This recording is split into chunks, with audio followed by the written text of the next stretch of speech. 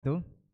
Alhamdulillahirrabbilalamin. Wassalatu wassalamu ala asyrafil anbiya'i wal mursalin wa ala alihi wa sahbihi rasulillahi ajma'in, amma ba'd. 91,1 FM Radio Robani, Merajuk Ilmu dan Peradaban Generasi Robani, dan pemirsa KMTV dimanapun Anda berada. Untuk kesempatan pagi hari ini kita bersyukur kepada Allah Subhanahu wa Ta'ala. Alhamdulillah, untuk kesempatan hari ini kita dimudahkan kembali untuk bertemu di program Diktat, Dialog Keilmuan Islam bersama Ustadz. Salawat dan salam kepada Nabi Muhammad SAW selaku kedua dan uswah kita dalam kehidupan.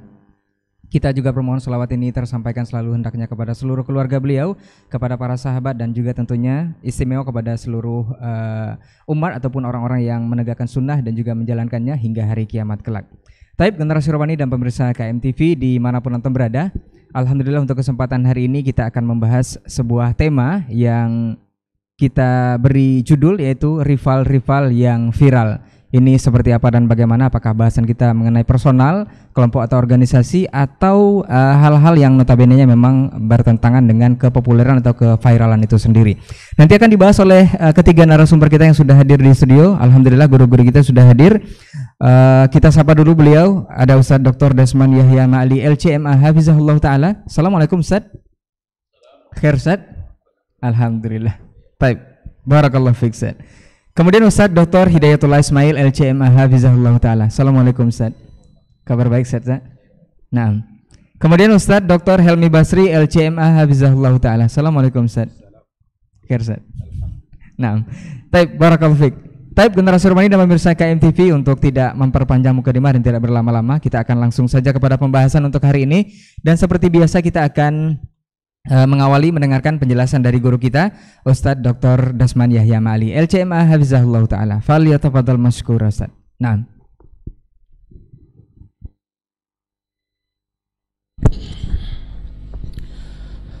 Bismillahirrahmanirrahim. Assalamualaikum warahmatullahi wabarakatuh. Alhamdulillahi dzil jalali wal ikram, sahibit tawli wal in'am. أحمده سبحانه وتعالى على نعمه العظام، كما أشكره على آلائه الجسام. أشهد أن لا إله إلا الله وحده لا شريك له الملك العلام، وأشهد أن محمدا عبده ورسوله سيد الأنام، عليه أفضل الصلاة وأتم السلام، وعلى آله السادة الكرام وأصحابه البررة الكرام والتابعين لهم بإحسان ما تعاقبت الليالي والأيام. أما بعد، فأولى ما يفتتح به الكلام بمثل هذا المقام الوصية بتقوى الله الملك العلام وطاعته على الدوام، فإن تقوى الله أعلى نسب، وإن طاعته أغلى مكتسب. Inna akramakum indallahi atqakum wa tazawwadu fa inna khairaz zadit taqwa. Yang saya muliakan, saya hormati para masyayikh, tuan-tuan guru yang hadir pada kesempatan ini ataupun mendengar atau menyaksikan melalui media dimanapun berada, khususnya yang hadir di studio, Fadilata Ad-Doktor Ustadz Dr. Hidayatullah Ismail wa Fadilatul Syekh Al-Ustadz Dr. Helmi Basri Ad-Daudi Hafizahumallah wa ta'ala. Kemudian yang saya muliakan pula, yang saya cintai, saudaraku Renaldi Amran, yang sentiasa setia menemani kita di acara Diktat ini, dan ikhwah yang hadir di studio, Abu Aldian Adnan dan Syekh Abu Abid Imam Asy-Syafi'i, hafizakumullah jami'an, wal hadirin wal hadirat, wal mustami'in wal mustami'at, wal musyahidin wal musyahidat. Alhamdulillah, di pagi ini, di waktu yang mudah-mudahan Allah berkahi, berkat doa Nabi sallallahu alaihi wasallam, Allahumma barik li ummati fi bukuriha. Mudah-mudahan kita awali pula dengan ketaatan kepadanya, berdialog dan berdiskusi tentang ilmu yang diturunkannya dan diwariskan oleh nabinya sallallahu alaihi wasallam. Mudah-mudahan Allah memberikan taufik, hidayah, ma'unah dan inayah. Allahumma arinal haqqa haqqa warzuqna ittiba'ah wa arinal batila batilan warzuqna ijtinabah. Rabbi zidni ilma warzuqni fahma. Allahumma lakal hamdu kullu. Allahumma rabbana la ilma lana illa ma 'allamtana innaka antal alimul hakim. Salawat dan salam kepada baginda Nabi alaihi salatu wassalam yang menjadi utusan. Dari dialah, dari beliaulah kita mengenal Allah Subhanahu wa taala, yang nanti ketika pertama masuk ke persinggahan awal menuju akhirat di alam barzakh, alam kubur. Pertanyaan pertama adalah man rabbuk? Siapa Rabbmu? Dari beliau pula kita mengenali agama Islam ini, sehingga kita tahu mana yang bagian yang terintegrasi tak dapat dipisahkan dari Islam, dan mana pula hal-hal yang ditempelkan dan dimodifikasi atau hasil kreasi yang bukan dari Islam, dari Nabi kita ketahui. Dan dari beliau pula kita mengetahui tentang dia sendiri, apa posisinya, bagaimana kedudukannya, dan bagaimana kita bersikap kepadanya.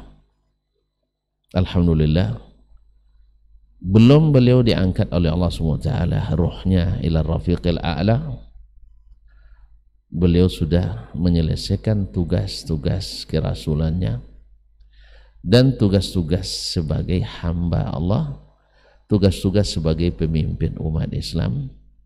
Dan ini dijatuhkan Allah, ditegaskan Allah, seolah-olah ini adalah surat tanda diterimanya laporan pertanggungjawabannya.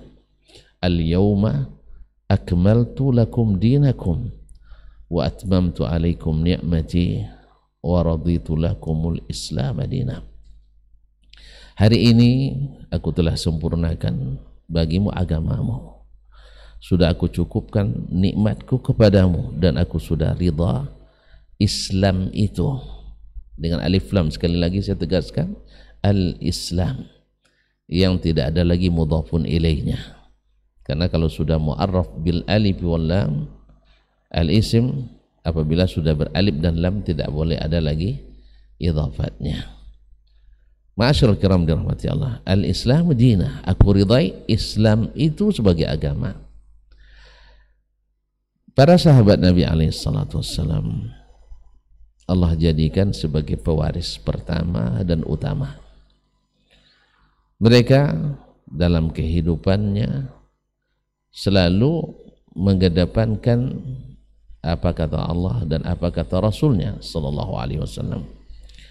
Sampai-sampai seperti yang diriwayatkan oleh Imam Al-Khatib Al-Baghdadi dalam Al-Faqih wal Mutafaqih dari Abdullah bin Umar, walaupun sanadnya sedikit lemah, dia mengatakan al-ilmu thalathah, ilmu itu tiga. Al-ilmu thalathah, ilmu itu tiga. Yang pertama kitabun natiq atau kitabun yantiq, summa sunnatun madiyah wa qawlu la adri. Jadi dari sini kita paham bahwa as-sahabatu radhiyallahu anhum, mereka memandang ilmu itu adalah Al-Quran, Sunnah. Bila tidak ada pada keduanya, la nassan, la sarihan, wala istinbatan, la istidlalan, wala istinbatan, wa istikhrajan, maka mereka menganggap bukan ilmu. Maka sudah masyhur dari kalangan mereka mencela setiap pendapat yang tanpa Al-Quran dan Sunnah. Setiap pendapat yang tanpa Al-Quran dan Sunnah.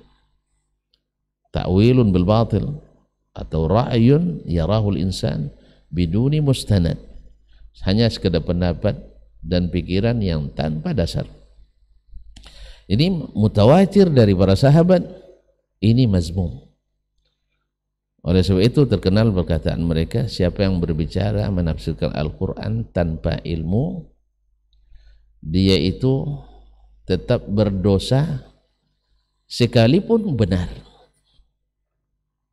Dan bila mereka, siapa yang menafsirkan Al-Quran dengan ilmu, berpahala sekalipun salah hasilnya. Berdasarkan hadis Nabi sallallahu alaihi wasallam, "Idza ijtahada al-hakimu," lain, "idza ijtahada al-alimu fa asaba falahu ajran." Apabila seorang hakim berijtihad benar, 2 pahala. Wa idza ijtahada fa akhta'a falahu ajrun. Apabila dia berijtihad dan tersalah, pahalanya 1. Dengan syarat kalimatnya ijtihad. Ijtihad tidak boleh dilakukan kecuali orang yang berilmu. Ma'asyiral kiram dirahmati Allah SWT. Nah, di saat itu ma'asyiral kiram dirahmati Allah, yang menjadi panduan mereka adalah ilmu. Itulah sebabnya kenapa Imam Muhammad ibn Sirin ketika mengingatkan mengambil ilmu dari orang-orang yang memegang teguh sunnah. Apa sebab? Karena mereka memandang ilmu ini adalah bagian dari agama. Inna hadzal ilma dinun. Fanzuru amman ta'khuduna dinakum. Agama ini adalah ilmu. Afwan, ilmu ini adalah agama. Oleh sebab itu, lihat dari siapa kalian mengambil agama kalian. Sehingga dari beliaulah pertama keluar pernyataan, la kanu yas'aluna anir rijal. Dulu mereka para sahabat tidak bertanya siapa yang meriwayatkan. Apa sebab? Ditafsirkan oleh para sahabat seperti Anas, Abu Sa'id Al-Khudri, laisa minna man yakzib. Sahabat itu tidak pandai berdusta. Kalaulah orang jahiliyah di masa jahiliyah saja pantang berdusta, apalagi setelah mereka masuk Islam. Yang Nabi katakan, al-mu'min la yakzib. Mu'min itu tidak mungkin berdusta. Tapi mereka percaya satu sama lain karena tidak ada dusta. Tetapi setelah terjadi fitnah, falamma waqa'atil fitnah, setelah terjadi fitnah, yaitu terbunuhnya Utsman bin Affan radhiyallahu taala anhu, orang pun mulai mengambil aliran-aliran. Ingat, aliran ini bukan karena berdasarkan sunnah, tetapi salah memahami Al-Quran ataupun sunnah. Sebab apa? Masuk di dalamnya penafsiran tanpa ilmu. Penafsiran tanpa ilmu. Sehingga orang-orang Khawarij menafsirkan ayat-ayat Al-Quranul Karim yang diturunkan untuk orang kafir, diturunkan untuk orang-orang beriman. Wa man lam yahkum bima anzalallah fa ulaika humul kafirun. Makanya Nabi katakan kehebatan Khawarij itu bukan pada ilmunya, tapi pada ibadahnya. Tahqiruna salatakum ila salatihim. Kalian akan merasa rendah membandingkan salat kalian dengan salat mereka. Coba sahabat hanya kalah sama mereka ibadahnya. Wasiyamakum ila siyamihim. Puasa kalian akan terasa mengendar kepada puasa mereka. Yaqra'una al-Quran, baca Quran, benar. Hum huffaz, bersemangat beribadah. La yujawizu taraqiyahum. Cuman bacaannya tidak sampai ke dalam, hanya sampai ke kerongkongan. Berarti tidak memahami dengan benar. Karena apa? Karena tidak dengan ilmu. Padahal Allah SWT menyebutkan bahwasanya orang-orang yang berdosa sebesar apapun, kalau mereka mau merujuk ke Nabi SAW dan sahabat yang mewarisi ilmu Nabi, mereka kan tak sampai mengkafirkan orang Islam. Tapi karena mereka menafsirkan dengan logika dan pendapatnya, akhirnya mereka mengeluarkan umat Islam dari Islam, bahkan menghalalkan darahnya. Sehingga mereka menumpahkan darah yang suci, yang malaikat saja malu kepadanya.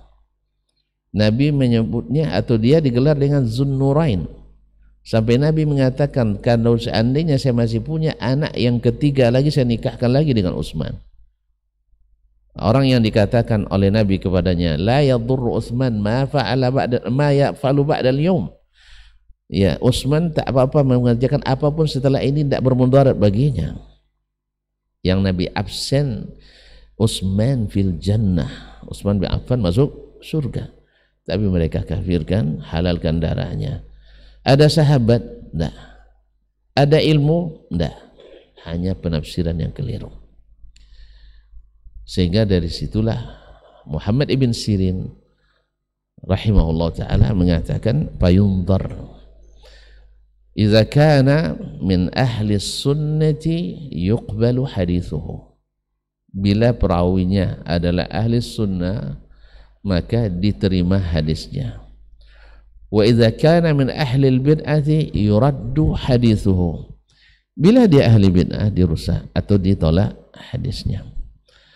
Nah, sejak saat itu umat Islam seperti yang dikabarkan baginda Nabi SAW terpecah, tak pernah bersatu lagi seperti bersatunya para sahabat. Ini istimewa. Nabi sudah mengatakan, bahkan Allah SWT mengatakan, fa in amanu bimithli ma amantum bihi faqad ihtadaw. Mereka beriman seperti kalian beriman, mereka dapat hidayah. Siapa mereka? Sahabat. Makanya tidak ada personil sahabat yang terendus terlibat aliran-aliran sesat. Walaupun kehadiran sesat sudah lahir sebagiannya di masa sahabat masih hidup. Syiah lahir, sahabat masih banyak. Qadariyah ada di Basrah, sahabat masih ada. Seperti kisah Abdullah bin Umar yang mengatakan, katakan pada mereka, saya bari'un minhu wa bura'u minni. Mereka bukan orang Islam yang mengingkari takdir. Ma'asyiral kiram, tapi tidak satu pun sahabat yang terlibat aliran sesat. Inilah sebabnya kenapa kita harus mengikuti sahabat Nabi SAW dalam beragama.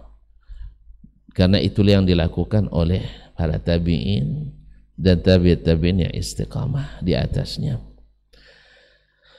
Lalu seiring dengan perkembangan masa, biasanya yang namanya aliran semakin kehilir, semakin banyak cabangnya. Persis seperti kata baginda Nabi SAW, iftaraqatil yahud ila 71 firqah wabtaraqatin nasara ila 72 firqah wa taftariqu hadhil ummah ila 73 firqah.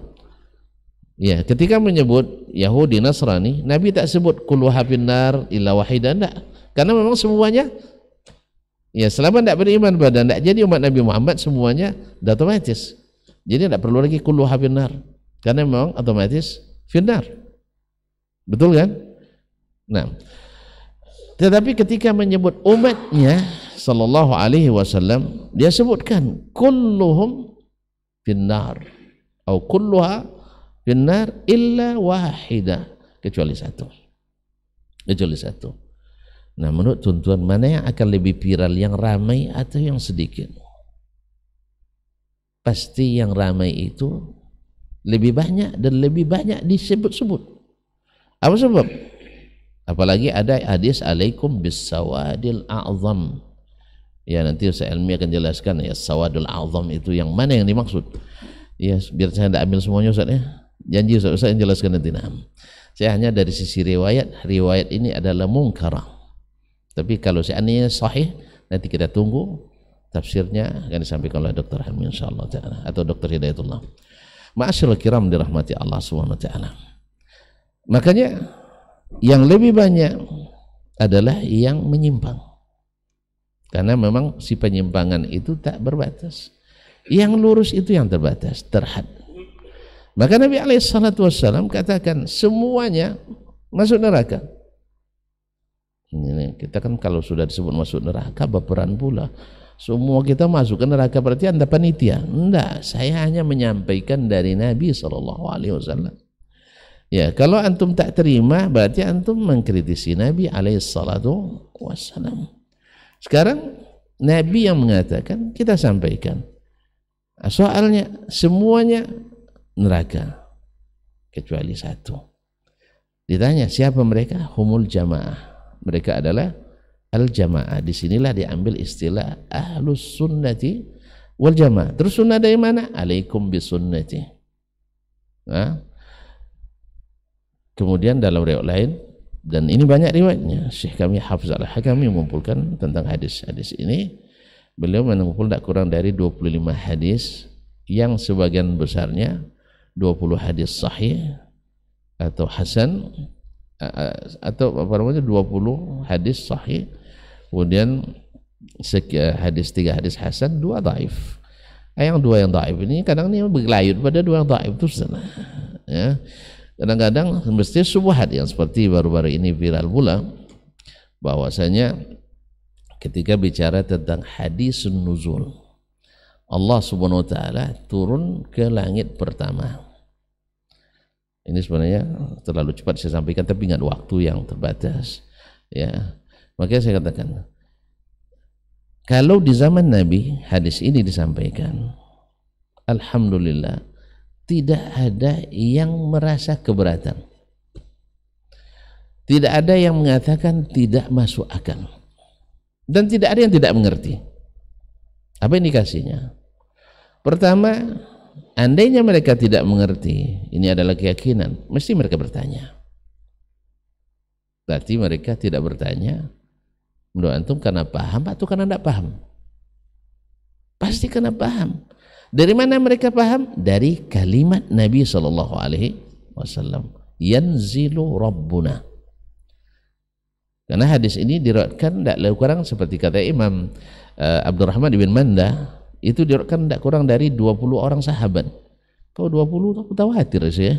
Nah, semuanya dengan lafaz-lafaz yanzilu rabbuna atau yanzilullah dan sebagainya. Ma'asyiral kiram dirahmati Allah Subhanahu wa taala. Lalu sebagian ingin menolak hadis ini sebenarnya dengan pikirannya, lalu dicari pendukungnya. Ini kan bedanya antara salaf dengan khalaf, ini jarang mungkin diketahui orang atau jarang disebut-sebut. Kalau khalaf itu atau salaf itu cari dalil dulu baru tarik kesimpulan. Kalau khalaf enggak, buat hukum dulu baru upayakan dalilnya. Sehingga yang sebenarnya tidak bertentangan dianggap sebagai sesuatu yang bertentangan. Misal sudah dibuat kaidah Allahu mawjudun bila makan.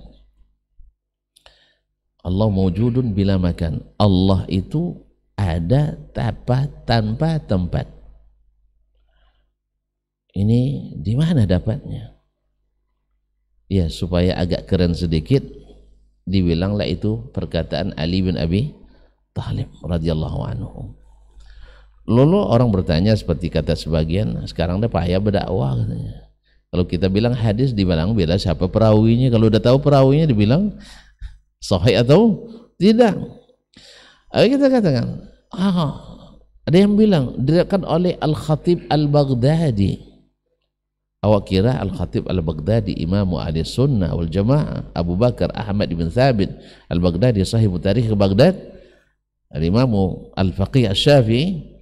Awak kira itu dicari di seluruh bukunya tidak ketemu. Rupanya bukan di kitab Al-Khatib Al-Baghdadi, tapi di seorang ahli kalam yang awalnya adalah pentolan Mu'tazilah, tanpa sanad. Kalau merujuk kepada Imam Syu'bah bin Al-Hajjaj Al-Ataki, kullu syai'in aw kullu qawlin laysa fi haddatsana wa akhbarana fahuwa baqlun.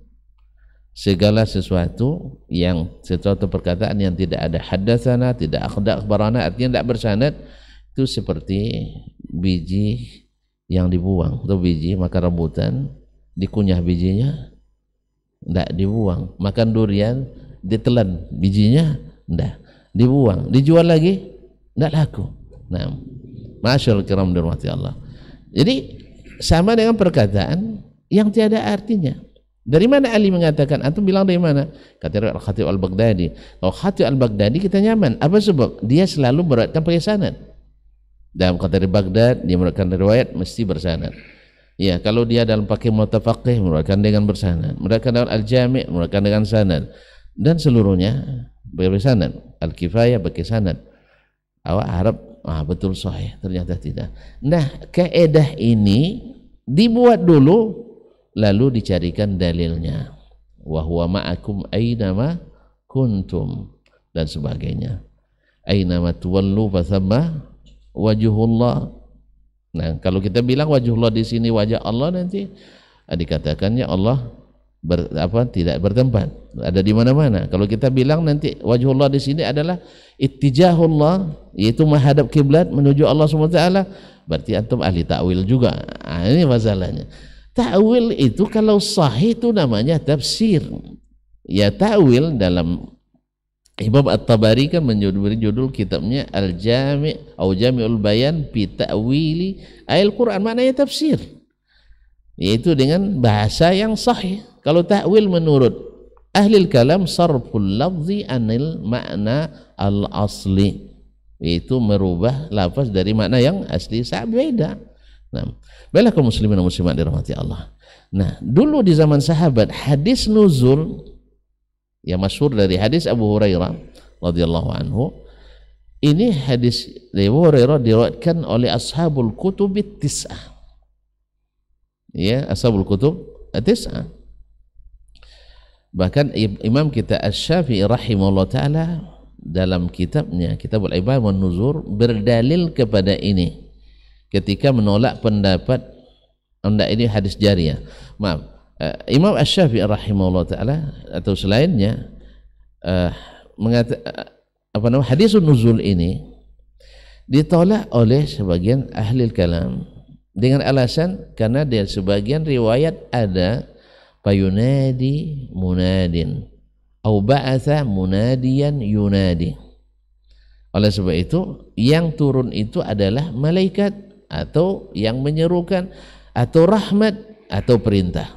Karena situ fa'amara munadiyan yunadi, seperti yang diriwayatkan oleh Imam Al-Baihaqi dalam Al-I'tiqad dan lainnya. Nah, riwayat yang ini kalaupun sahih tidak menafikan riwayat yang masyhur bahwa yang turun ada Rabb. Sebab apa? Di banyak riwayatnya, khususnya riwayat Imam Malik dari Al-Aghar dan Abu Salamah dari Abu Hurairah radhiyallahu anhu, bahwa Nabi sallallahu alaihi wasallam atau Allah SWT dalam hadis itu mengatakan man yad'uni, man yastaghfiruni, man yas'aluni. Apakah mungkin Jibril yang mengatakan ini? Boleh tidak berdoa kepada Jibril? Tidak. Boleh berdoa kepada makhluk? Tidak. Boleh meminta? Tidak. Maka mustahil, yang benar adalah turun adalah rahmat.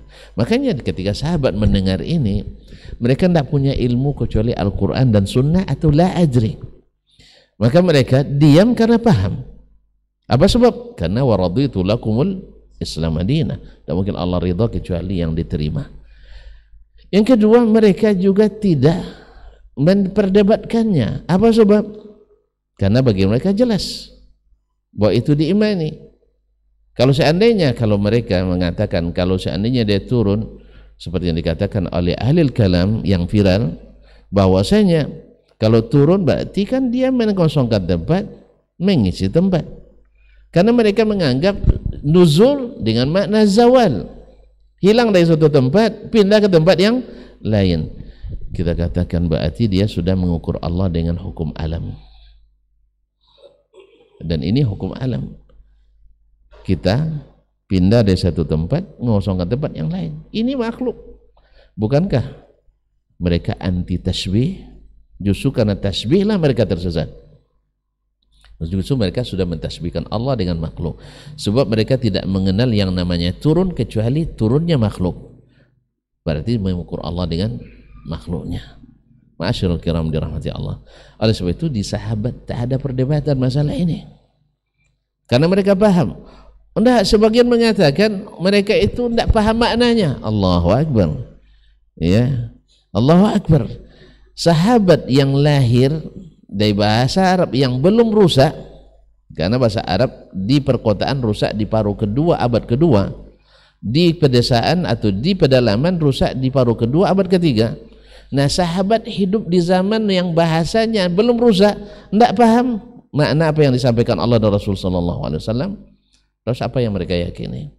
Lalu tiba-tiba datang ulama di abad ketiga atau keempat yang sudah rusak bahasa Arabnya, baik di perkotaan maupun pedesaan, lebih paham dari sahabat, sehingga sahabat itu manhajnya tafwid.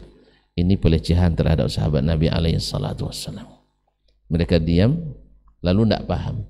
Tiba-tiba datang ulama setelah zaman rusak bahasa Arab, tiba-tiba mereka ini mereka memang tidak rusak bahasanya tapi tidak menggunakan akal. Masya Allah, sahabat tidak punya akal, tidak punya logika.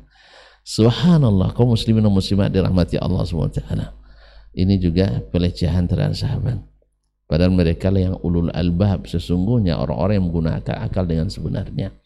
Oleh itu kaum muslimin dan muslimat, para pendengar, para pemirsa yang saya muliakan, ini subhanallah, sungguh di zaman ini ya penolakan terhadap Al-Quran dan Sunnah atas nama juga ahli sunnah wal jamaah, padahal adalah bertentangan sekali dengan ini.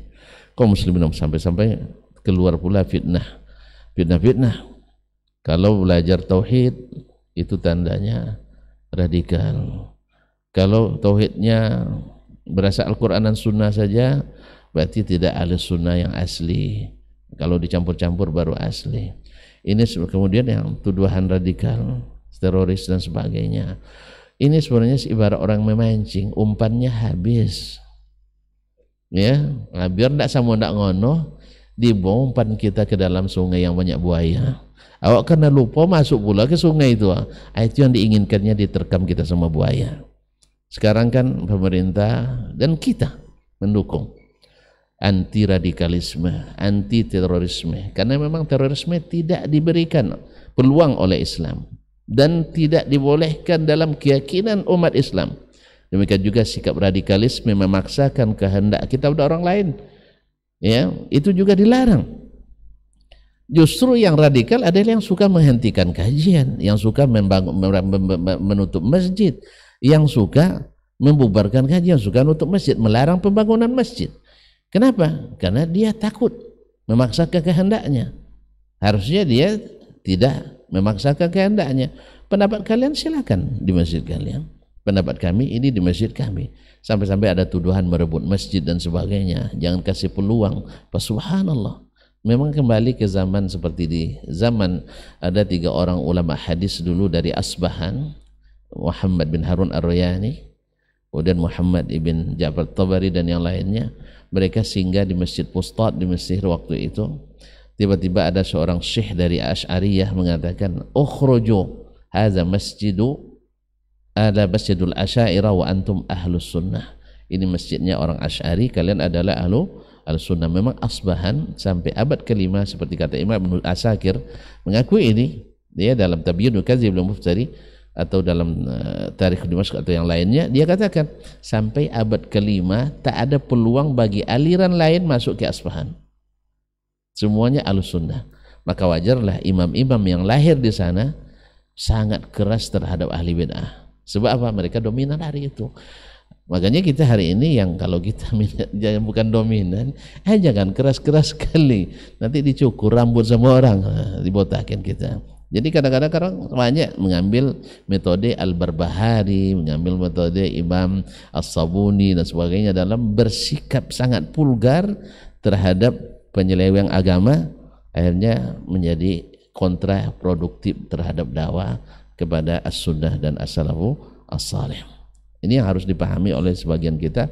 Ibnu Battah di Asbahan ya, dihidup di zaman memang rayatus sunnah diangkat tinggi-tinggi, sedangkan ahli bid'ah ahli kalam belum punya jabatan. Oleh sebab itu kaum muslimin dan muslimat mereka cenderung lebih dahsyat dalam menolak bid'ah. Apa sebab? Karena memang barangnya bid'ah itu tidak laku di situ, maka keras mereka menolaknya. Tapi di zaman yang bergelimang dengan bid'ah, antum keras-keras nanti hancur sendiri, digulung gitu.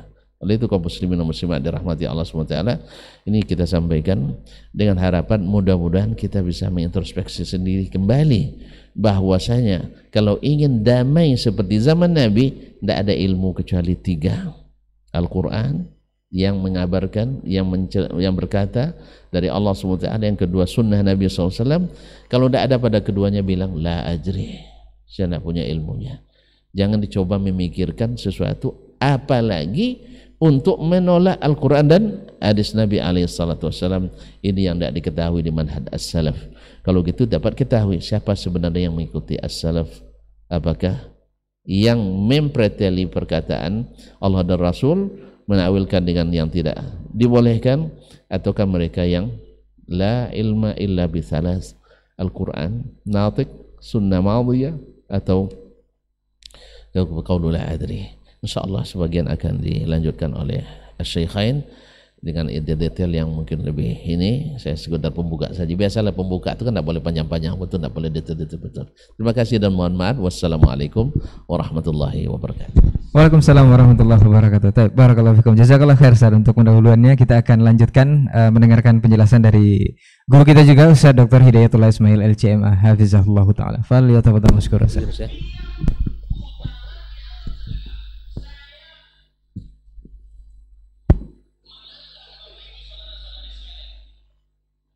Baik, bismillahirrahmanirrahim. Assalamualaikum warahmatullahi wabarakatuh. Innal hamdalillah nahmaduhu wa nasta'inuhu wa nastaghfiruhu wa nastahdihi wa na'udzu billahi min shururi anfusina wa sayyiati a'malina. May yahdihillahu fala mudilla lahu wa may yudlilhu fala hadiya lahu. Asyhadu an la ilaha illallah wahdahu la syarika lahu wa asyhadu anna Muhammadan abduhu wa rasuluhu alladzi la nabiyya wa la rasula ba'dah. Allahumma inna nas'aluka ilman nafi'an wa rizqan tayyiban wa amalan mutaqabbala. Allahumma ati nufusana taqwaha wa zakkiha anta khairu man zakkaha anta waliyuha wa maulaha innaka ala kulli syai'in qadir. Amma ba'd.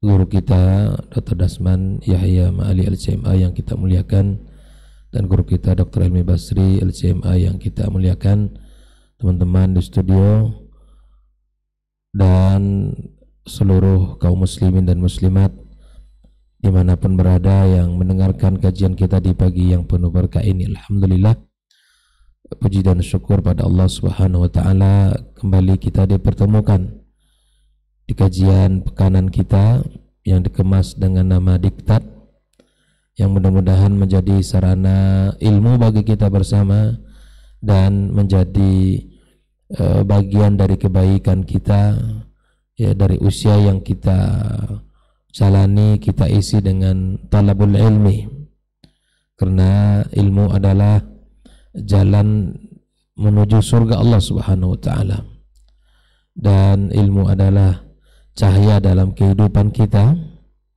ya, dalam menjalankan kewajiban kita kepada Allah Subhanahu wa taala, ya. Agar kita tahu tentang hak-hak Allah tabaraka wa taala, agar kita tahu kewajiban-kewajiban kita, ya.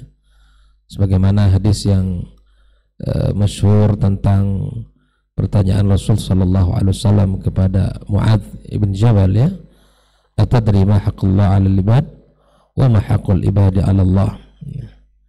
Itu kan jelas bahwa ketika Nabi bertanya tentang apa hak Allah atas hamba dan apa hak hamba atas Allah, Maka Mu'adz mengembalikan jawabannya kepada Rasulullah SAW.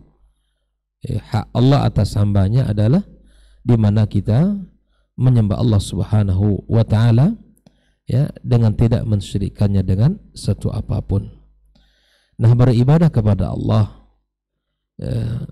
berkeyakinan di dalam agama kita itu adalah sesuatu yang mesti didasari dengan ilmu yang benar ya. Ilmu yang sahih ya, ilmu yang dari sumber yang betul, sehingga kita di dalam menjalani kehidupan kita, ibadah kita benar, keyakinan kita benar, akidah kita benar. Karena di antara satu hal yang penting untuk kita luruskan, untuk kita benarkan adalah dua hal ini. Di samping bermuamalah yang benar, akidah kita benar, dan ibadah kita benar. Maka oleh karena itu, pada kesempatan yang mulia ini, izinkan ya, menyampaikan sesuatu yang mudah-mudahan menjadi ilmu bagi kita dan khususnya bagi anak sendiri. Ahibati fillah, kaum muslim dan muslimat dimanapun berada, para masyayikh yang kita muliakan, di dalam berkeyakinan kita kepada Allah dan keyakinan kita kepada agama yang mulia ini,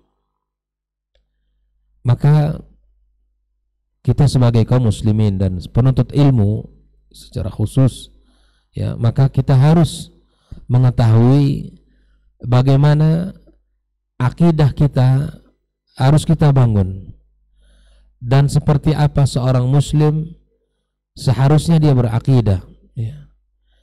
Sehingga tidak bercampur antara hak dan batil, tidak bercampur antara yang samar-samar dengan yang sudah jelas. Maka yakinilah di antara manhaj Ahlus Sunnati wal Jamaah di dalam berakidah, yang pertama adalah mencukupkan Al-Quran dan As-Sunnah sebagai sumber di dalam berakidah ya. Mencukupkan Al-Quran dan As-Sunnah dalam sumber berakidah kepada Allah Subhanahu wa ta'ala ya. Menjadikan Al-Quran dan Sunnah sebagai referensi utama, apalagi yang berkaitan dengan Allah Subhanahu wa ta'ala. Bagaimana kita tahu tentang Allah? Maka Al-Quranlah sebagai rujukan kita. Bagaimana kita tahu tentang Allah Tabaraka wa ta'ala? Maka kita bertanya kepada Rasulullah SAW ya, bertanya kepada Nabi SAW, dan melihat bagaimana para sahabat-sahabat yang telah mendampingi beliau, apa yang mereka yakinin, apa yang mereka katakan, apa yang mereka kerjakan. Lalu kemudian kita mengamalkannya. Karena agama tidak dibangun di atas akal pemikiran manusia. Seperti mana dikatakan oleh Imam Al-Barbahari, "I'lam rahimakallah," ya, ketahuilah ya, agar Allah Subhanahu wa ta'ala merahmati kamu, anna ad-dina innama ya, ja'a min kibalillah ya, bahwa sesungguhnya agama itu datang dari Allah Subhanahu wa ta'ala Tabaraka wa ta'ala ya. Walam yudha ala aqli rijal ya, agama itu tidak diletakkan di atas pemikiran orang, di atas pendapat orang, tidak. Tetapi agama ini seperti yang dikatakan oleh guru kita tadi, bahwa sesungguhnya kita harus ya berhati-hati di dalam berakidah, di dalam beragama. Karena terkadang memang semua orang, semua sekte yang disebutkan tadi itu dalilnya Al-Quran dan Sunnah juga gitu kan. Tapi kemudian seperti yang disebutkan tadi perbedaan, bahwa contohlah para as-salaf di dalam menyampaikan akidah, dibaca ayat, dibaca hadis, lalu dikeluarkan darinya akidah Tidak kemudian kita yakini sesuatu lalu kemudian kita bangun keyakinan itu di atas dalih akidah, dalih Al-Quran dan Sunnah. Tidak. Tapi kita mengawali dengan sebuah pondasi yang kokoh, lalu kemudian di atas pondasi itu kita bangun pemahaman kita, mencukupkan kepada Al-Quran dan Sunnah Rasulullah Sallallahu Alaihi Wasallam. Ya. Maka kalau kita sudah membangun ini dan kita bangun pemahamannya di atas pemahaman generasi awal dari umat ini, insya Allah kita akan selamat. Dan ini sangat mudah, ikhwan. Ini sangat mudah sekali, tidak ada sulitnya. Al-Quran, As-Sunnah Nabi SAW lalu dipahami oleh mereka, para sahabat, para tabi'in dan tabi'in, lalu kemudian kita ya memahami seperti apa yang mereka pahami dan kita yakini seperti apa yang mereka yakini. Nah ini dia. Nah banyak hal dalam urusan Allah Subhanahu Wa Taala, dalam sifat Allah Tabaraka Wa Taala, ya, berkhusus tentang istiwa yang sudah sering dibahas ya. Kemudian dipahami oleh generasi salaf bahwa seperti Imam Malik katakan al-istiwa maklum ya. Seperti yang disampaikan oleh guru kita tadi ya, kalau ayat itu turun di zaman Nabi tidak ada dipertanyakan, para sahabat memahami gitu kan. Wal imanu bihi wajib, mengimani sebuah kewajiban ya. Wal kaifu majhul, nah bagaimana Allah itu tidak mesti kita cari ya. Itu yang tidak mesti kita pertanyakan. Wasu'alu bihi bid'ah, dan bertanya bagaimana Allah kemudian itu adalah perkara-perkara yang bid'ah yang mesti kita hindari bersama. Ikhwani wa akhwati fiddin. Maka ketika kita jadikan akidah sumbernya Al-Quran dan Sunnah Nabi SAW, maka kita akan insya Allah dipahami dengan pemahaman generasi awal, insya Allah kita akan selamat. Nah, yang kedua, ikhwani wa akhwati fiddin, yang menggunakan hadis-hadis sahih di dalam berakidah, lalu kemudian ya menggunakan hadis-hadis sahih dalam akidah, baik itu yang mutawatir maupun hadis ahad ya. Karena ada yang meyakini bahwa di dalam akidah tidak dipakai hadis ahad, tapi Ahlus Sunnati wal Jamaah insya Allah mereka memakai hadis-hadis ahad di dalam akidah. Lalu kemudian yang ketiga, ikhwani wa akhwati fiddin, adalah di mana kita tidak membenturkan antara wahyu dengan akal. Ini sering terjebak kita ketika membahas tentang ya turunnya, ini masalah turun lagi nih. Masalah turunnya Allah Subhanahu wa taala. Dibenturkan ya antara akal dengan nas. Orang beriman yakin dia dengan menetapkan sifatnya ulu bagi Allah Subhanahu wa taala, dan Allah mengatakan ya Allah Maha Tinggi, kemudian Allah turun. Ya, itu tidak bagi orang Ahlus Sunnah tidak akan mempertentangkan itu. Mulai nanti mempertentangkan akal dengan nas itu, itulah bagaimana mungkin gitu. Bumi ini bulat, yang di sana malam, di sini juga di sebagian belah dunia juga malam begitu. Jadi Allah nggak naik dia nanti gitu kan. Nah, ini kan hal-hal yang subhanallah. Semoga Allah selamatkan kita dan keluarga kita ya dari pemikiran-pemikiran seperti ini. Mulai mempertentangkan akal dengan nas. Jangan benturkan nas dengan akal pikiran kita. Maka itulah Syekhul Islam Ibnu Taimiyah sering kita sampaikan bahwa beliau ini memang sering membahas masalah akidah dan fokusnya masalah akidah, karena banyak sekali sekte-sekte dalam Islam beliau membahas dengan karya-karya mereka, dengan karya-karya yang sangat luar biasa, termasuklah terhadap Ahlul Kalam ya, orang-orang yang bertentangkan antara akal dengan nas, ditulis dengan kitab Dar'u Ta'arudul Aqli wan Nakal ya, beliau menulis tentang jawaban terhadap mereka-mereka yang mempertentangkan itu. Nah, ikhwani wa akhwati fiddin, ketika beliau ditanya kenapa fokus tentang akidah dan banyak sekali pembahasan tentang akidah, karena ketika umat ini salah dalam bidang akidah fatal akibatnya. Namun ketika terjadi khilaf di dalam masalah fikih yang selama tidak keluar dari ijma ulama maka tidak akan ya berakibat fatal di dalam amaliyahnya. Maka oleh karena itu kita harus benar-benar mengambilnya. Ini yang ketiga. Yang keempat, bahwa di mana kita tidak mempertentangkan antara akal dengan wahyu kalamullah tabaraka wa ta'ala. Nah, kemudian di dalam berakidah, ikhwani wa akhwati fiddin, ambillah sumber akidah yang benar dari Al-Quran dan Sunnah dan tidak masuk kepada ilmu kalam. Nah, guru kita Dr. Rasman sering sebut dengan ilmu kelam, kata beliau. Jangan masuk kepada ilmu kelam ini. Ilmu filsafat. Ya, inilah munculnya rusaknya nanti akidah kita. Tunduklah kepada Al-Quran, tunduklah kepada wahyu, tunduklah kepada nas, ya.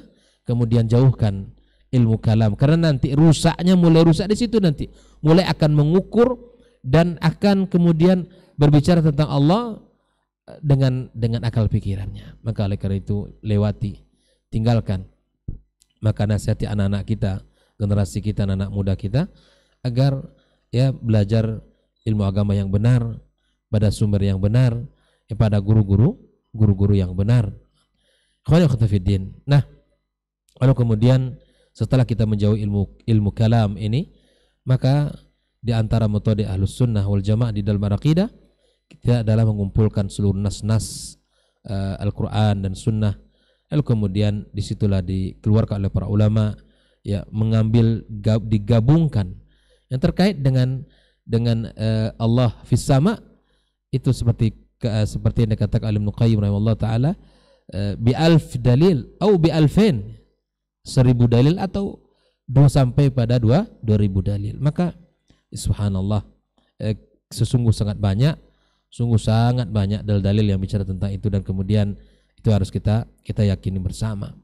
Nah, apabila 6 metode ini kita lalui dan kita yakini dan kita amalkan dalam kehidupan kita, insyaallah taala akidah kita benar, ya, dan kita tidak berakidah kepada akidah-akidah yang batil, walaupun viral, ya, walaupun viral, tapi kemudian kita meyakini, ya, dengan apa yang dipahami oleh Ahlus Sunnati wal Jamaah, itulah amalan dan keyakinan kita yang kita amalkan, yang kita hidup di atasnya, dan kemudian kita yakinin. Semoga kita masuk kepada orang-orang yang meninggal di atas akidah yang benar, di atas agama yang benar, di atas keyakinan yang benar, sehingga kita nanti ketika di hari kiamat kelak ditanya tentang, ya, Allah Subhanahu wa taala, tentang nabi, tentang agama, kita bisa dengan menjawab dengan amalan-amalan kita dan bukti keyakinan kita yang sudah kita yakini dengan benar berdasarkan pemahaman generasi awal dari umat ini. Barangkali, ya, inilah langkah-langkah yang mesti kita pahami bersama, yang bisa saya sampaikan pada kesempatan ini. Insyaallah akan disempurnakan banyak oleh guru kita Dr. Hilmi Basri. Wallahu ta'ala a'lam. Assalamualaikum warahmatullahi wabarakatuh. Waalaikumsalam warahmatullahi wabarakatuh. Baik, jazakallah khairan share untuk lanjutan penjelasannya. Berikutnya kita akan kembali mendengarkan penjelasan lagi dari guru kita untuk lebih sempurna sebelum kita masuk ke sesi tanya jawab kepada guru kita Ustaz Dr. Hilmi Basri LCMA Hafizahullah taala. Boleh tafadhol maskur Ustaz. Bismillahirrahmanirrahim. Assalamualaikum warahmatullahi wabarakatuh. Alhamdulillahirabbil alamin wal aqibatu lil muttaqin wala udwana illa 'alal zalimin. Asyhadu an la ilaha illallah wahdahu la syarikalah wa asyhadu anna Muhammadan abduhu wa rasuluhu la nabiyya wa la rasula ba'dah. Yang sama-sama kita muliakan guru-guru kita, Dr. Dasman, Dr. Hidayatullah. Semoga Allah selalu menjaga mereka berdua. Saudara Ray yang setia bersama kita, ikhwah yang hadir di studio, serta siapapun yang menyaksikan secara langsung atau mendengarkan acara kita pada pagi hari ini. Mudah-mudahan kita semua senantiasa mendapatkan bimbingan dan petunjuk dari Allah Subhanahu wa taala, agar tetap istiqamah berada di atas al-haq, di atas akidah yang benar, dan di atas ibadah yang benar.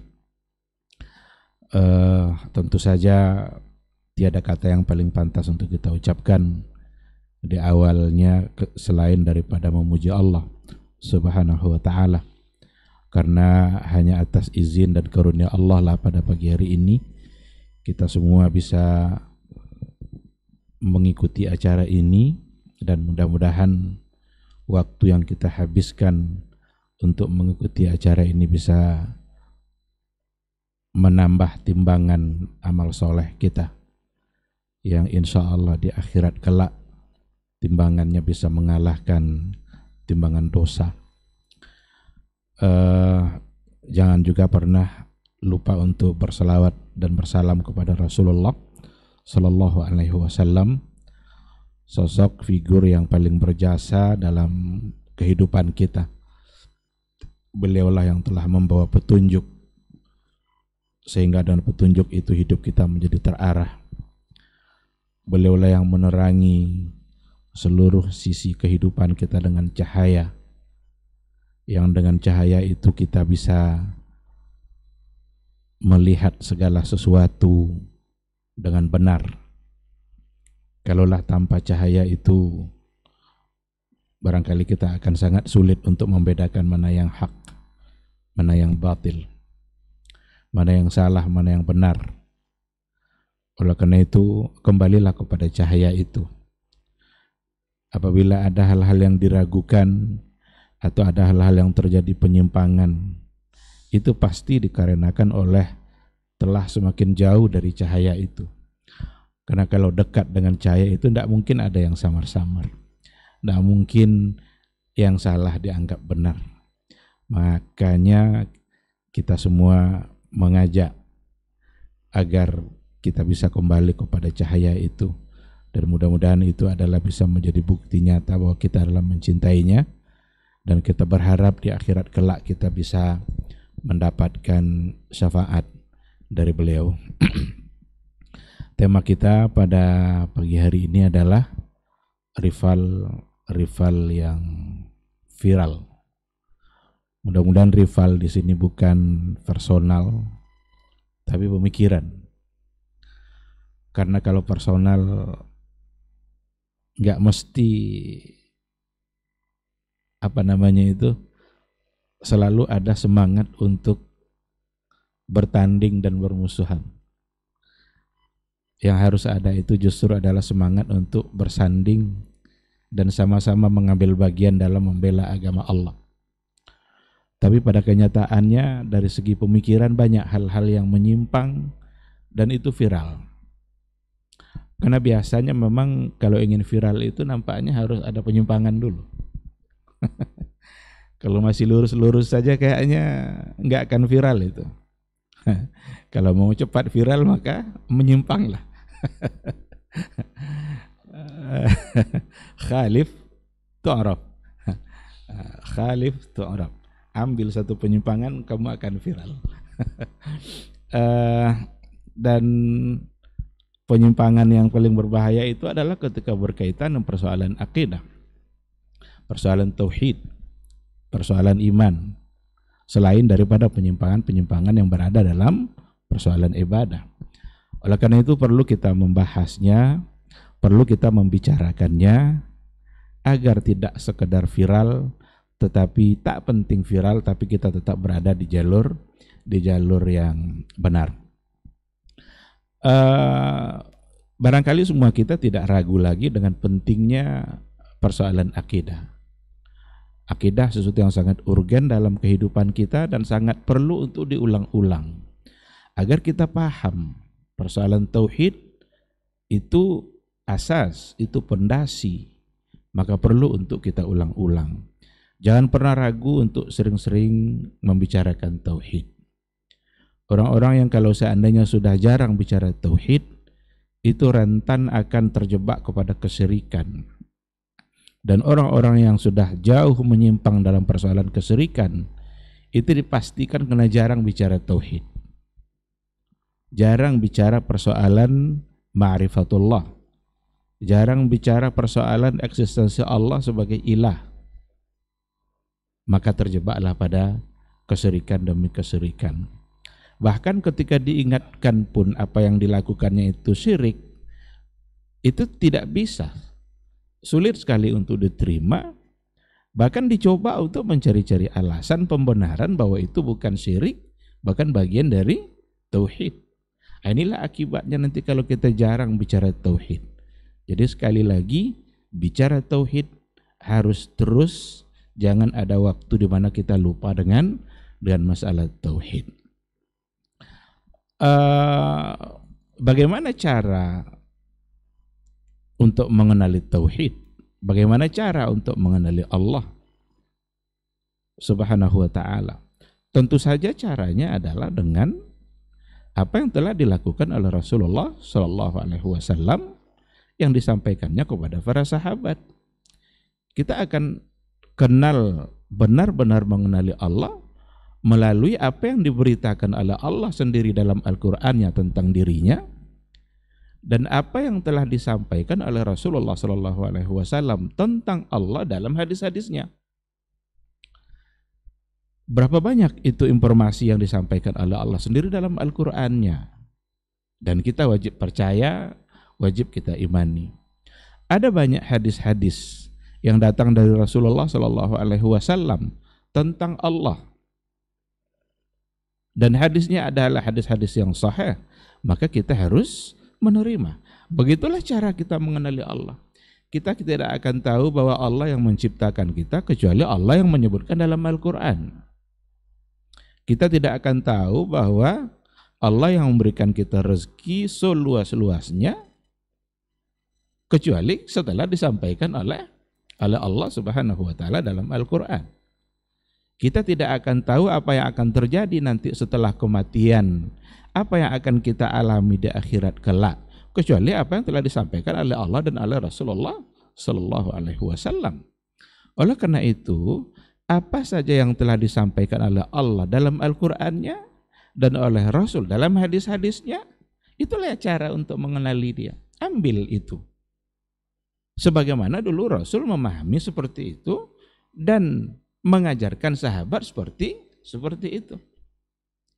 Kalau seandainya kita coba untuk mencari cara selain daripada itu, disinilah nanti yang akan terjadi penyimpangan demi penyimpangan. Oleh karena itu, salah satu dari sekian banyak penyebab terjadinya penyimpangan dalam persoalan akidah yang ternyata memang membuat pemikiran itu menjadi viral, itu adalah takdimul akal ala nas, mendahulukan akal daripada nas. Kalau seandainya mendahulukan akal daripada nas, ini besar kemungkinan akan terjadi penyimpangan. Kenapa demikian? Karena akal siapa yang mau kita kedepankan? Buktinya orang-orang yang mengedepankan akal itu mereka pada berbeda. Mu'tazilah berbeda dengan Asy'ariyah. Asy'ariyah berbeda dengan Maturidiyah. Khawarij punya pemikiran, Murji'ah punya pemikiran. Berbeda. Kenapa berbeda? Karena masing-masing mereka mengedepankan akal mereka daripada nas. Ketika Mu'tazilah menolak banyak sifat-sifat Allah karena khawatir nanti itu menyamakan Allah dengan makhluk, ditolak oleh Mu'tazilah. Berarti dia lebih mengedepankan akal. Kelompok Asy'ariyah tidak menolak, tetapi tidak mau juga dianggap menyerupakan. Oh, kalau begitu perlu takwil. Mereka yang pentakwil pun bisa berbeda. Mereka menetapkan jumlah sifat Allah pun bisa berbeda. Ketika Asy'ariyah mengatakan 13, Maturidiyah mengatakan 20, Kullabiyah mengatakan 7. Lalu yang mana yang mau diikuti? Dan Mu'tazilah menghapus semua sifat itu, ta'til, mu'attilah. Inilah akibatnya. Kalau seandainya takdimul akal ala nas, mendahulukan akal daripada nas. Apa bukti mendahulukan akal daripada nas itu? Tadi sudah disinggung oleh guru kita, Dr. Dasman. Dicoba untuk memahami makhluk-makhluk yang ada dengan segala macam bentuk sifatnya, lalu kemudian menolak sifat itu adanya pada Allah. Berarti kalau yang namanya makhluk, dia mesti bergerak. Atau saatnya nanti dia diam. Berarti kalau dia bergerak atau kalau dia diam, berarti makhluk. Oh, kalau itu sifat makhluk, berarti mustahil Allah seperti itu. Maka ditetapkanlah Allah tidak bergerak, Allah tidak diam. Ini masuk akal enggak? Tidak bergerak dan tidak diam. Mereka pelajari dulu makhluk itu kan. Lalu ditetapkan nanti bahwa itu tidak boleh pada Allah. Kalau makhluk itu mesti ada arah. Bisa di depan, bisa di belakang, bisa di kiri, bisa di kanan, bisa di atas, bisa bawah. Kalau seandainya masih bisa berarah seperti itu, berarti makhluk. Kalau begitu, berarti Allah sunyi dari 6 arah. Maka Allah tidak di atas, Allah tidak di bawah, Allah tidak di kiri, Allah tidak di kanan, Allah tidak di depan, Allah tidak belakang. Allah kalian ada apa enggak? Kan gitu jadinya. Ini kan akal semua ini logika. Dan ini akibat dari yang tadi itu. Takdim al-akal ala an-nas. Lahirnya hitungan-hitungan sifat itu karena itu. Lalu setelah ditetapkan satu sifat, barulah dicarikan ayatnya. Ditetapkan dulu sifatnya itu, kemudian dicarikan ayatnya. Disinilah nanti penyimpangan demi penyimpangan, karena cara ini tidak pernah dilakukan oleh Rasulullah Sallallahu Alaihi Wasallam. Apa yang telah diberitakan oleh Allah dalam Al-Qur'annya, Rasul menerima, mengimani, dan Rasul menyampaikan kepada para sahabat, sahabat pun kemudian menerima dan meyakininya. Saya ingin mengambil sedikit contoh. Barangkali dalam pertemuan yang sebelumnya juga sudah kita singgung, dan tadi juga sudah sedikit-sedikit disinggung oleh guru kita tentang contoh itu. Yang namanya makhluk pasti membutuhkan yang lain. Benar kan? Sangat benar sekali. Tidak ada makhluk yang tidak butuh pada yang lain. Ayah butuh pada anak, suami butuh pada istri, guru butuh pada murid, pimpinan butuh pada bawahan. Makhluk semua butuh. Maka kalau memang seperti itu, berarti Allah tidak butuh kepada apapun. Maka lahirlah sifat qiyamuhu binafsihi. Allah berdiri sendiri. Ini benar ini, qiyamuhu binafsihi ini. Allah memang berdiri sendiri, Allah tidak butuh kepada apapun. Dirumuskan oleh akal, Allah tidak butuh pada apapun. Betul. Mana salahnya? Salahnya adalah ketika sifat ini digunakan untuk menolak informasi Allah sendiri dalam Al-Quran. Ketika Allah mengatakan sesuatu dalam Al-Quran tentang diri dia, lalu ditolak melalui sifat yang ditetapkan oleh akal ini. Maka ini wajibnya oleh orang Asy'ariyah, ini wajib akli. Ini wajib, ini sifat-sifat wajib akli. Ini mustahil akli. Itu buktinya bahwa kewajibannya ditentukan oleh akal. Setelah ditetapkan oleh akal, baru dicarikan dalilnya, ayatnya. Allahu la ilaha illahu wal hayyul qayyum. Inilah dalil qiyamuhu binafsi. Betul qiyamuhu binafsi, betul ayat ini. Tapi ketika digunakan ayat ini untuk menolak Ar-Rahmanu 'alal 'arsy istawa, maka batil. Ar-Rahmanu 'alal 'arsy istawa. Allah berada di atas aras. Oh, enggak mungkin. Kenapa? Qiyamuhu bi nafsihi. Ada enggak dalil lain menolak Ar-Rahmanu 'alal 'arsy selain qiyamuhu bi nafsihi? Enggak ada. Kaidah akal inilah yang menolak qiyamuhu bi nafsihi itu. Yang menolak Ar-Rahmanu 'alal 'arsy istawa. Kalau begitu Allah butuh pada aras. Siapa yang bilang butuh Allah pada aras? Ketika ayat itu turun, dipahami dan diterima oleh Rasulullah SAW, pernahkah satu kata yang datang dari Nabi terkait dengan penolakannya, atau bahwa dia bukan di aras, atau istawa itu artinya bukan istawa? Ada enggak? Ini penyebab penyimpangan itu ketika memang sudah takdim al-aqal ala nas. Padahal konsekuensi dari merubah istawa menjadi istaula itu luar biasa. Kan istawa tidak mungkin karena berarti Allah butuh pada tempat. Ini sudah satu kesalahan. Karena ketika dikatakan istawa ala arsy bukan karena membutuhkan, tapi dia yang mengatakan seperti itu. Allah menciptakan malaikat maut untuk mencabut nyawa. Apakah Allah butuh pada malaikat maut? Nanti kiamat akan ditiup trompet itu oleh Israfil. Diciptakan pula oleh Allah malaikat Israfil agar dia meniup trompet. Perlukah Allah Israfil itu? Nanti kalau tidak ada Israfil tidak jadi hari kiamat. Kan gitu. Jadi logika dangkal sebenarnya yang ada pada mereka ketika menolak apa yang ada dalam Al-Quran. Kalau diartikan istaula itu kan menguasai. Itu hilang keistimewaan arsy itu. Hilang. Karena kata istawa ala untuk Allah itu hanya pada arsy itu. Dan itu menunjukkan kemuliaan arsy.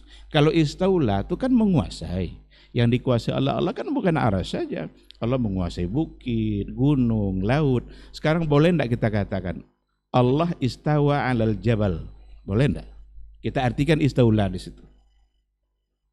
Atau umpamanya Ar-Rahmanu istawa 'alal bahar. Kita artikan istawa di situ istaula, boleh enggak? Enggak bisa. Kan gitu Ustaz ya. Maka istawa itu menunjukkan kemuliaan arsy. Kalau dirubah maknanya hilang kemuliaan arsy. Dan ini adalah salah satu dari sifat af'al, sifat khabariyah yang ada pada Al-Qur'anul Karim. Apa cara Nabi dulu? Diimaninya, kemudian dia tidak lagi mencoba untuk menganalisa, mencoba untuk mempelajari, karena ini persoalan gaib. Ini persoalan iman. Persoalan iman itu ya jangan diakal-akali.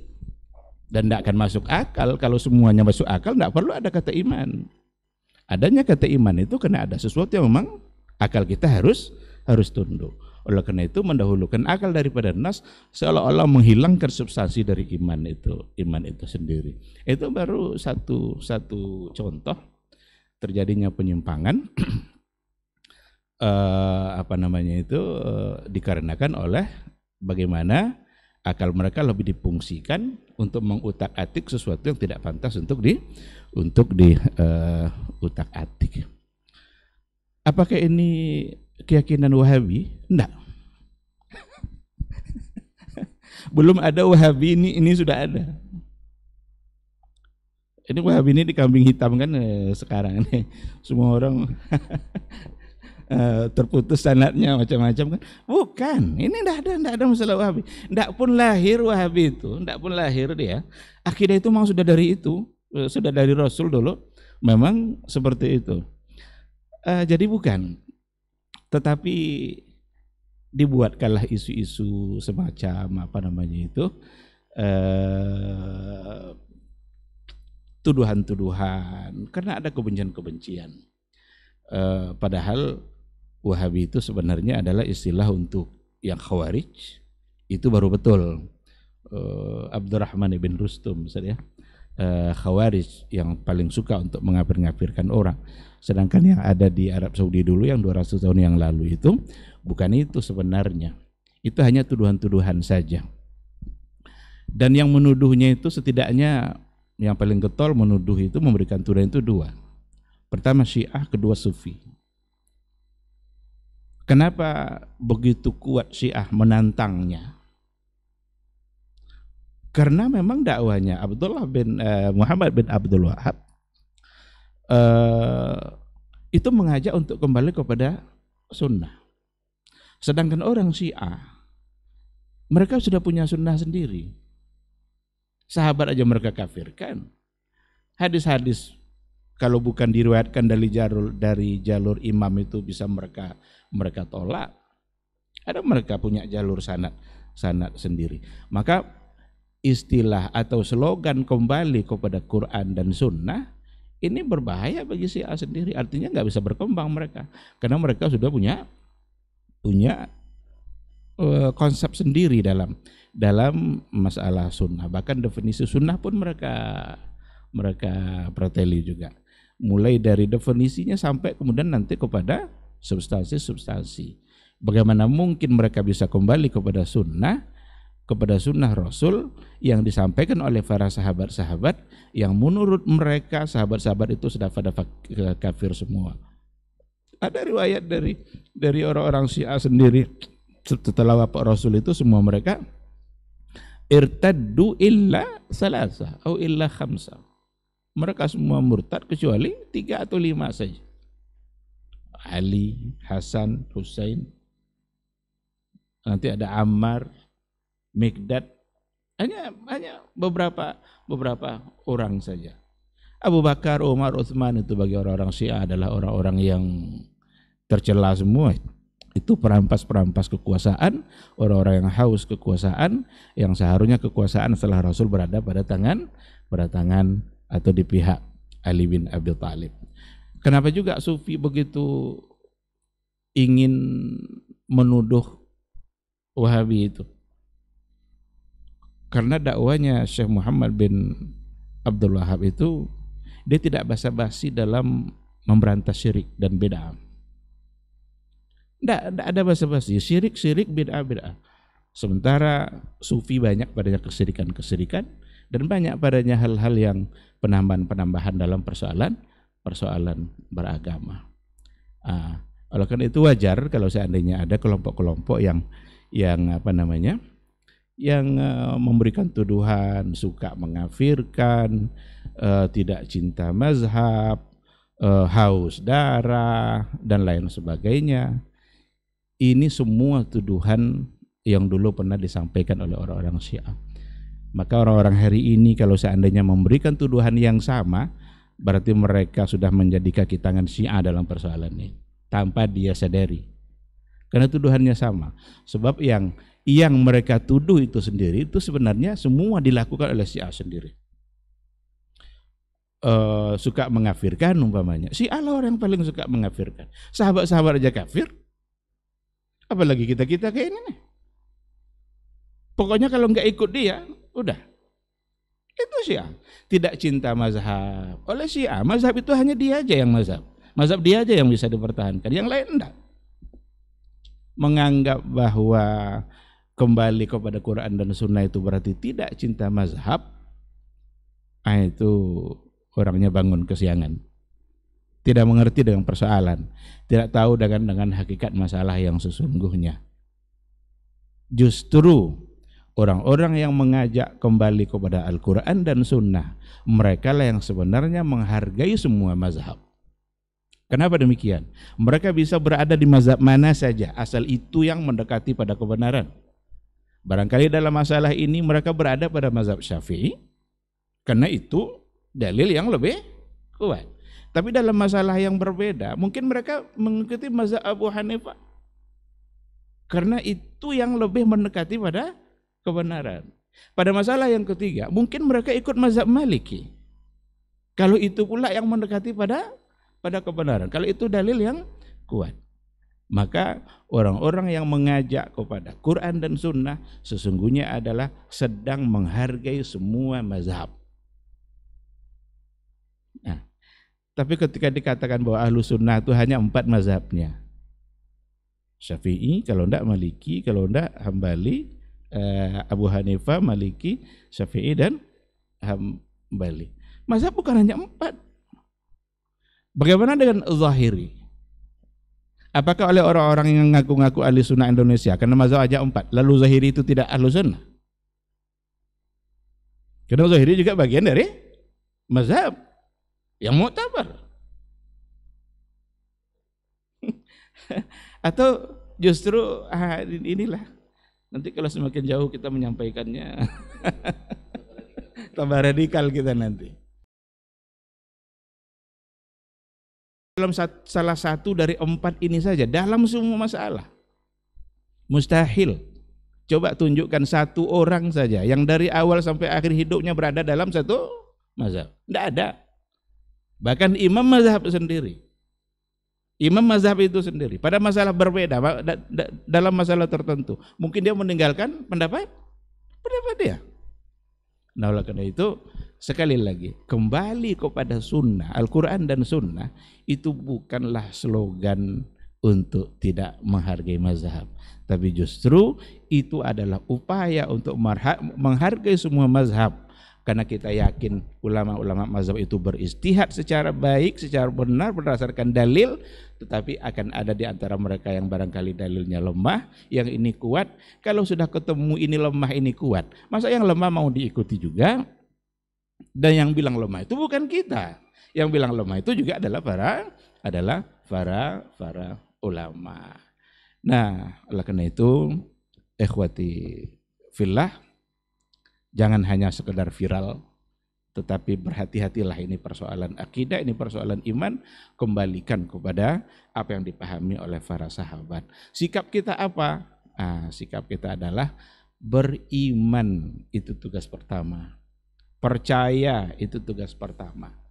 Tanpa berupaya lagi untuk mengutak-atik untuk hal-hal yang memang tidak pantas untuk diutak-atik dan dianalisa oleh akal. Ini barangkali yang ingin saya sampaikan, mudah-mudahan bermanfaat. Sekali lagi, rival di sini bukanlah personal, tetapi adalah pemikirannya. Karena secara personal tidak perlu gontok-gontokan, kita hanya perlu saling menasehati, saling mengingatkan, bukan saling mencari lawan untuk berdebat atau menantang-nantang agar ada orang yang mampu untuk mendebatnya. Itu bukan satu hal yang baik. Kata Rasul, hindarilah perdebatan itu meskipun kamu berada pada pihak yang benar. Karena perdebatan itu hanya akan melahirkan kerasnya hati, atau barangkali lebih jauh melahirkan pertentangan dan permusuhan. Terima kasih. Subhanakallahumma bihamdika asyhadu an la ilaha illa anta astaghfiruka wa atubu ilaik. Wassalamualaikum warahmatullahi wabarakatuh. Waalaikumsalam warahmatullahi wabarakatuh. Jazakallah khairan Ustaz untuk penyampaian materi kita di kesempatan hari ini. Mudah-mudahan apa yang sudah disampaikan oleh guru-guru kita bisa bermanfaat untuk kita semua, untuk antum yang menyimak ataupun mendengarkan langsung atau yang sudah hadir di studio. Sekali lagi, rival di sini ternyata bukan personal ataupun organisasi ataupun kelompok, tetapi adalah pemikiran-pemikiran yang notabene-nya sudah viral, sudah populer di masyarakat kita khususnya, yang sebenarnya itu sangat bertentangan sekali dengan kepopuleran itu sendiri. Baik, kita akan masuk ke pertanyaan yang sudah ada di WhatsApp kita. Kita akan bacakan sebelum jam 10. Satu pertanyaan ini Ustadz, kayaknya cukup menyita waktu Ustadz. Dari Pak Bahar di seputaran Cipta Karya. Assalamualaikum Ustadz. Ustadz izin bertanya, ada pemikiran yang sebenarnya dari dulu sendiri sudah populer dan sangat viral sekali Ustadz. Ada yang mengatakan man arafa nafsahu faqad arafa rabbahu. Artinya siapa yang kenal dirinya itu akan kenal Tuhannya. Apakah pemikiran seperti ini perlu dilestarikan? Bahkan banyak ini juga mengamalkannya Ustadz. Dan ini juga yang menyebabkan berbagai tokoh di negeri ini seperti membenci label-label yang Ustadz katakan tadi, seperti Wahabi dan semacamnya. Ini mohon penjelasannya, jazakallahu khairan Ustadz.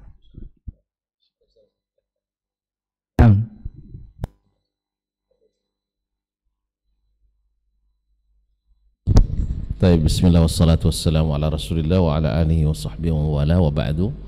Sebenarnya yang paling berkompeten ini guru kita Dr. Hidayatullah, karena latar belakangnya akidah.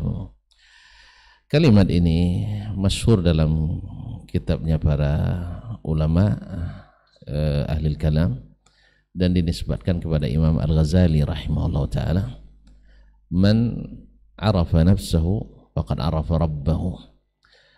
Dan dari sebagian kitab dinisbatkan kepada Nabi sallallahu alaihi wasallam. Tapi penisbatan ini tidak sabit dan tidak benar dari Nabi alaihi salatu wassalam. Nah, kalimat ini kalau diartikan dengan makna yang sahih bisa saja diterima. Karena kalau dimaknai bahwa siapa yang mengenal dirinya sebagai hamba yang harus tunduk dan taat, patuh dan beriman kepada Allah SWT, dia sesungguhnya tahu posisinya sebagai hamba dan tahu posisi Allah sebagai Khaliknya. Maka ini diartikan dengan makna yang positif, sangat bagus sekali. Ya, dan saya rasa itu yang dimaksud oleh Imam Al-Ghazali rahimahullah ta'ala atau yang lainnya, yaitu bahwasanya di saat Allah memberikan atau menyampaikan kepada kita, kepada seseorang ini, kerjakan ini, dia tahu saya hamba. Jangankan membantah, jangan membantah, tidak mengikuti saja beresiko bagi saya. Jangan kerjakan ini, tidak mungkin saya melanggar sebab saya hamba, tidak punya hak untuk tidak menjauhi. Atau ketika Allah menceritakan suatu masalah, berita seperti yang kita bahas tadi, ya, masalah tentang dirinya, tentang hal-hal gaib yang tidak ada jalan bagi kita mengetahui kecuali berita daripadanya, ya kita akhirnya tidak mungkin untuk mengingkari dengan apapun cara dan teori. Karena yang ini bercerita ini Allah SWT. Ini kalau walillahil madzalul a'la, andainya saya bercerita kepada Dr. Hidayat, Dr. Helmi misalnya, atau Ustaz Ray tentang suatu masalah yang mereka tidak tahu sama sekali, lalu saya ceritakan, oh tidak mungkin Ustaz, tidak masuk akalnya. Saya kira sangat tidak baik bersikap seperti ini. Apalagi ini yang menceritakannya ada Allamul Ghuyub, la yakhfa alaihi syai', yang maha mengetahui segala yang gaib. Indahu mafatihul ghaib, dia memegang kunci-kunci gaib itu semuanya. Lalu dia beritakan, kita tidak punya jalan untuk mengingkarinya. Bahkan kalaupun menurut terlintas akal tidak mungkin, kita tidak mungkin akan mengingkarinya. Nah ini kalau ini maknanya, dan ini bagus. Tapi kalau maknanya adalah menyerupakan dirinya, pokoknya seperti sebagian penyimpangan yang dilakukan orang. Kalau nak ma'rifatullahnya benar sampai pada hakikat, maka kenali diri, ya nanti akan ditemukan sifat-sifat Allah pada diri sendiri. Kalau ini yang dimaksud, ini adalah penyimpangan yang keliru. Wallahu ta'ala alam. Baik, jazakallah khair Ustaz. Ada tambahan Ustaz mungkin? Baik, kita bacakan pertanyaan berikut. Di studio ada pertanyaan? Baik, ada satu pertanyaan lagi Ustaz. Assalamualaikum warahmatullahi wabarakatuh Ustaz. Ustaz mau bertanya mengenai sifat-sifat Allah yang tadi dijelaskan. Kalau mengenai istawa dan semacamnya itu juga sepertinya bisa kita terima katanya Ustaz. Tapi ada yang mengatakan bahwa Allah itu punya betis Ustaz. Ini seperti apa juga penjelasannya? Apakah ini termasuk kurang adab kepada Yang Maha Kuasa menyamakan Allah punya betis? Ini seperti apa? Nah.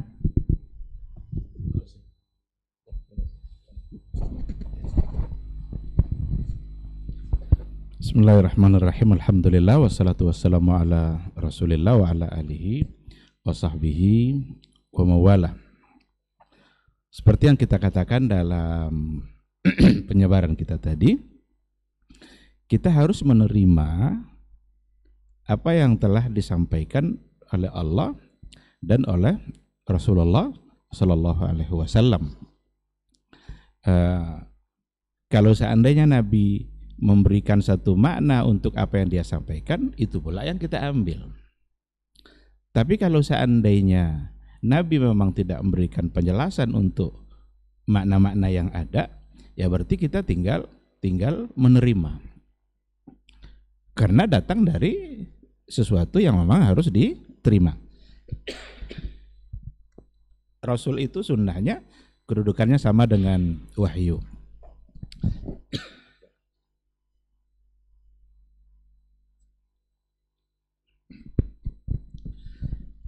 kita berikan contoh, umpamanya ada sebuah riwayat ketika Allah meletakkan tumitnya dalam neraka, maka padamlah neraka itu.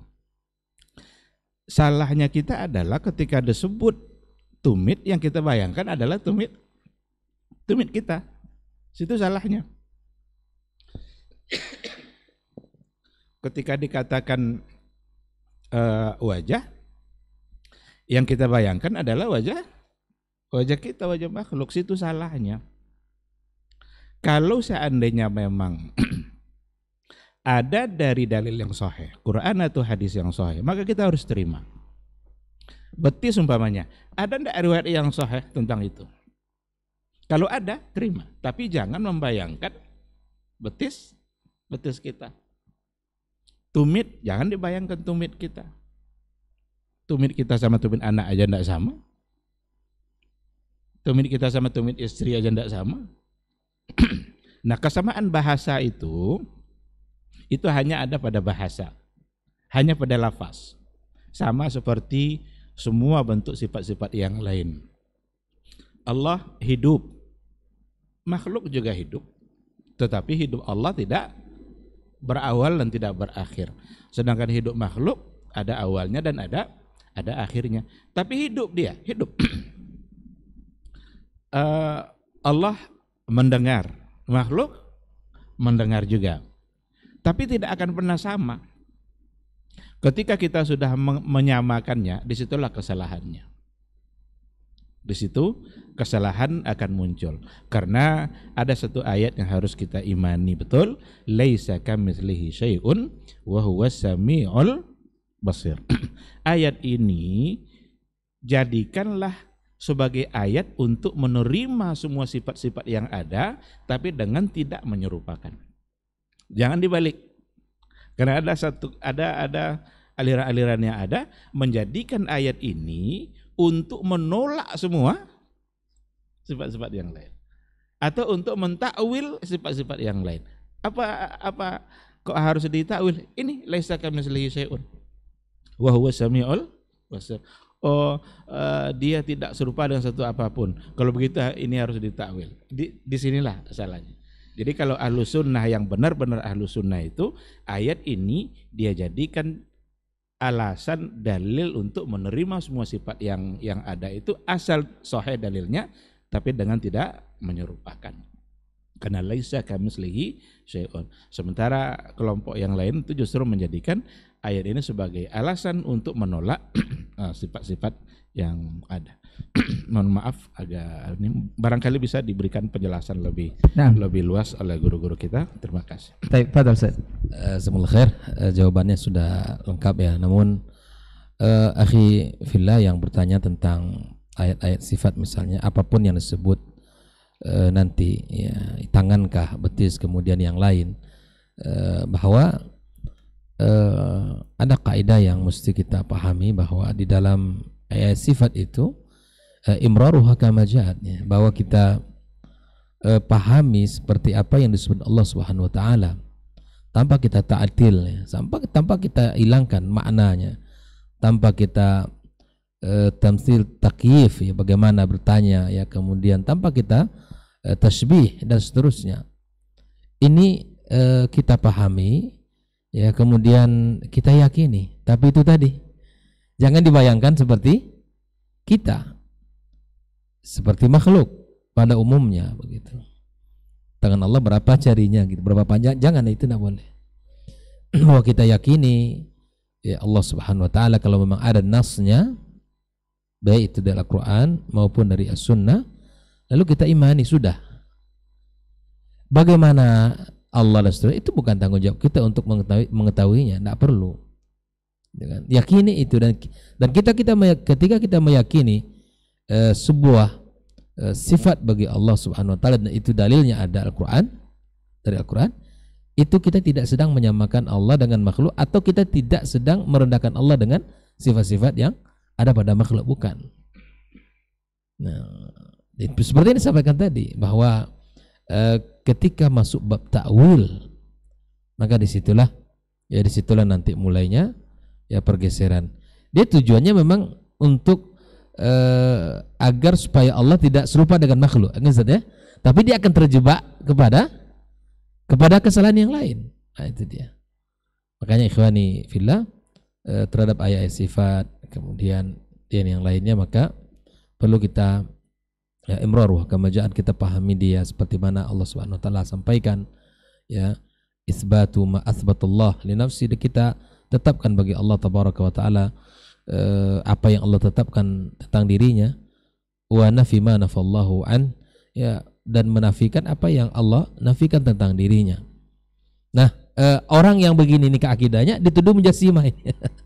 Dituduh mujassimah ini begitu. Orang yang meyakini Allah tabaraka wa taala dengan apa yang Allah sampaikan, dengan kemudian kita nafikan bagi yang dinafikan bagi Allah tabaraka, maka dituduh mujassimah. Ya. Dituduh mujassimah. Artinya mujassimah itu apa? Orang menyerupakan Allah dengan makhluk. Dan bahasa lainnya ada musyabbihah juga, atau yang lainnya. Ya. Mujassimah itu yang paling sering diulang-ulang gitu, yang sering disebut antum mujassimah gitu. Kita menetapkan, ya, misalnya Allah Subhanahu wa taala fis sama, itu dituduh mujassimah karena antum menetapkan Allah ya punya tempat, dan orang yang butuh tempat itu adalah makhluk. Nah, dan seterusnya. Semoga Allah SWT selamatkan kita dan anak generasi kita dari akidah-akidah seperti ini. Allah ta'ala nusawab. Baik, jazakallah khair Ustaz untuk tambahannya. Mudah-mudahan ini tidak termasuk kurang adab ya, karena lebih kurang adab lagi kalau kita bisa membayangkan Allah dengan makhluk yang merupakan ciptaannya. Mudah-mudahan apa yang sudah kita bahas untuk kesempatan hari ini bisa bermanfaat untuk antum semuanya, khususnya kita yang mendengarkan atau yang hadir di studio. Jazakallah khairan Ustaz untuk ilmunya. InsyaAllah pekan depan kita akan bersama lagi. Mudah-mudahan dimudahkan Allah dengan tema yang berbeda insyaAllah. Afwan untuk semua salah kata dan khilaf bicara. Kita tutup dengan doa kafaratul majelis untuk kesempatan hari ini. Subhanakallahumma wa bihamdika asyhadu an la ilaha illa anta astaghfiruka wa atubu ilaik. Wassalamualaikum warahmatullahi wabarakatuh.